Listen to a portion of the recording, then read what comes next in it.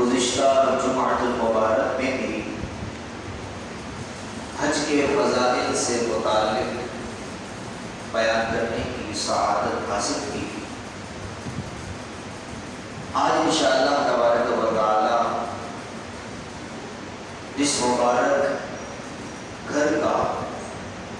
حج کیا جاتا ہے، جس مبارک سرزمین میں حج کیا جاتا ہے، مکہ پاک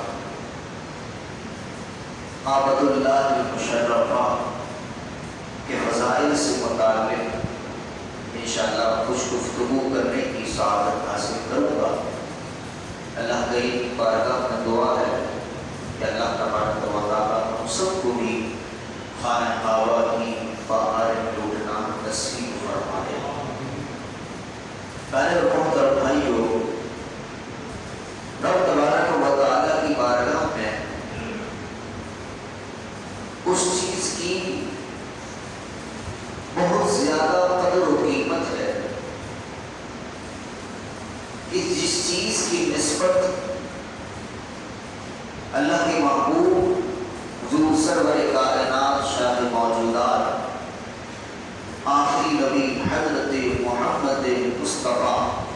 صلی اللہ تعالی علیہ وسلم کی ذات مبارکہ کے ساتھ ہو جائے۔ رب تبارک و تعالی جس چیز کی تعظیم و توقیر کا حکم فرماتا ہے، رب تبارک و تعالی جس بات کی قسم ارشاد فرماتا ہے، رب تبارک و تعالی جس چیز کی تعظیم و توقیر کا حکم فرماتا ہے، جب ہم ان اشیاء کو، ان چیزوں کو دیکھتے ہیں تو ان چیزوں میں سر فہرست آقا دو جہاں صلی اللہ علیہ وسلم کی مبارک ذات نظر آتی ہے۔ اور اسی معاملے میں جب ہم قرآن پاک کی اس آیت مبارکہ کو دیکھتے ہیں کہ جس میں اللہ تبارک و تعالیٰ فرما رہا ہے لا اقسم بہذا البلد وانت حل بہذا البلد، کہ اے محبوب میں اس شہر کی قسم نہ ارشاد فرماتا، لیکن اے محبوب آپ اس شہر میں موجود ہیں، آپ اس شہر مکہ میں تشریف فرما ہیں، آپ اس شہر مکہ میں موجود ہیں، اسی لیے آپ کی موجودگی کی وجہ سے آپ کا رب اس شہر مکہ کی قسم ارشاد فرما رہا ہے۔ اور مکہ پاک ہی پیارے محبوب علیہ السلام کا جائے ولادت ہے، مکہ پاک میں ہی کریم آقا علیہ السلام کی پیدائش ہوئی۔ پیارے محبوب علیہ السلام کی جو جائے پیدائش کا مقام ہے مسجد حرام سے بالکل متصل، آقا دو جہاں صلی اللہ تعالی علیہ وسلم کی جس گھر میں پیدائش ہوئی وہ مقام الحمدللہ آج تک موجود ہے۔ اور جب عاشقوں کی حکومت ہوا کرتی تھی تو عاشقوں کے دور میں خصوصیت کے ساتھ 12ویں کی رات، جسے میلاد کی رات کہا جاتا ہے، خصوصیت کے ساتھ وہاں پر محفل میلاد مصطفیٰ کا انعقاد ہوا کرتا تھا۔